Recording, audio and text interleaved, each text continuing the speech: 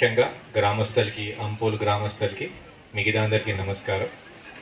ఈరోజు నిజంగా world environment day గురించి మాట్లాడితే మనం ప్రతిసారి ఈ చెట్లు నాటడం ప్రోగ్రాం మాత్రమే చేస్తాం.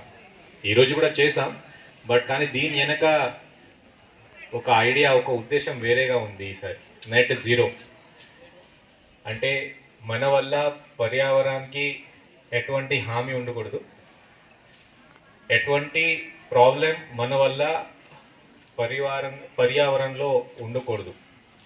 ఒక నాలుగు వేరే వేరే రకాలుగా మనం దీంట్లో పని చేస్తాం.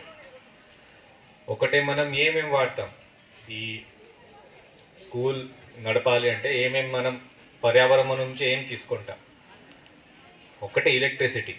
సో ఇప్పుడు విద్యుత్, ఆ ఎలక్ట్రిసిటీ డిపార్ట్మెంట్ నుంచి ఈ అన్ని టవర్ నుంచి అలాగే స్తంభాల నుంచి ఎలక్ట్రిసిటీ మన దగ్గర వస్తుంది.